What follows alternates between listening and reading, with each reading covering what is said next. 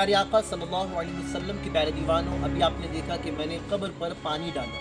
اس طرح سے شب برات کی رات یا جمعہ کے دن یا اور کسی موقع پر یا جب میت کو دفن کر دیا جاتا ہے تو تدفین کے بعد لوگ 1 بالٹی پانی، 2 بالٹی پانی، 3 بالٹی پانی ڈالتے ہیں۔ تو ان کے ڈالنے کی نیت کیا ہے، ان کی سوچ و فکر کیا ہے، ان کا کانسیپٹ کیا ہے؟ آپ کو یہ یاد رکھنا چاہیے کہ جب کبھی قبر پر پانی ڈالیں تو آپ کی نیت یہ ہرگز نہ ہو کہ اس سے قبر والے کو راحت ہوگی یا اسے اچھا محسوس ہوگا، کیونکہ آپ کی نیت یہ ہونی چاہیے کہ اگر جب قبر بنا دی، اب جو اسے شیپ دیا جاتا ہے، ایک نقشہ دیا جاتا ہے، تو جب پانی ڈالیں گے تو مٹی پانی کو جذب کر لیتی ہے اور پھر اس سے بالکل قبر اچھے سے نظر آتی ہے۔ اسی طرح یہ آپ کو اس پر یہ ہرے بھرے پتے نظر آ رہے ہیں، تو یاد رہے کہ قبر پر آپ اگر ہرے بھرے پتے لگا دیتے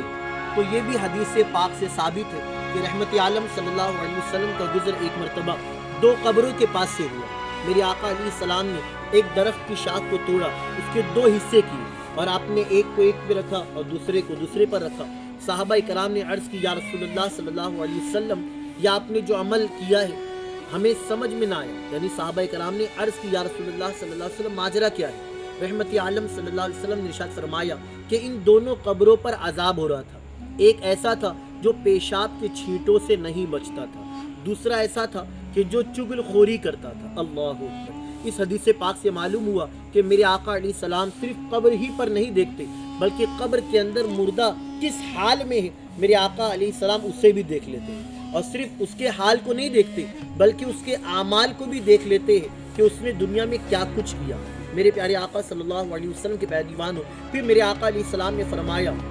کہ میں نے جو درخت کی شاخ کو توڑا اور اس پر دونوں پر ایک ایک حصے کو رکھ دیا، یہ پتے جب تک ہرے بھرے رہیں گے یہ اللہ کا ذکر کریں گے، اور جب تک یہ اللہ کا ذکر کریں گے تو اللہ تعالیٰ ان کی وجہ سے قبر والے پر سے عذاب میں تخفیف فرمائے گا، یعنی کمی فرمائے گا۔ تو معلوم ہوا کہ قبر پر ہرے بھرے پتے آپ پودا لگا سکتے ہیں، پھول گلاب کا رکھ سکتے ہیں۔ اس سے فائدہ یہ ہوگا کہ وہ اللہ کا ذکر کرتے جب تک وہ تر رہتے ہیں، تو جب تک وہ اللہ کا ذکر کریں گے تو اس سے قبر والے کو راحت ہوگی۔ اگر قبر والا گناہگار ہے تو اللہ کریم اسے بخش دے گا، عذاب میں کمی ہوگی، اور اگر قبر والا نیکوکار ہے، جنتی ہے، تو انشاءاللہ اس کے درجات اور بلند ہوں۔ تو قبر پر آپ پودا ضرور لگائیں، یوں ہی خالی قبر کو نہ رکھے۔ اور پانی جو ڈالتے ہیں تو میں اپنے بھائیوں دوستوں سے گزارش کروں گا کہ بہت زیادہ کثرت سے پانی نہ ڈالیں، ورنہ میں نے تو یہاں تک سنا ہے کہ لوگ پانی ڈالنے کے لیے شخص کو متعین کرتے ہیں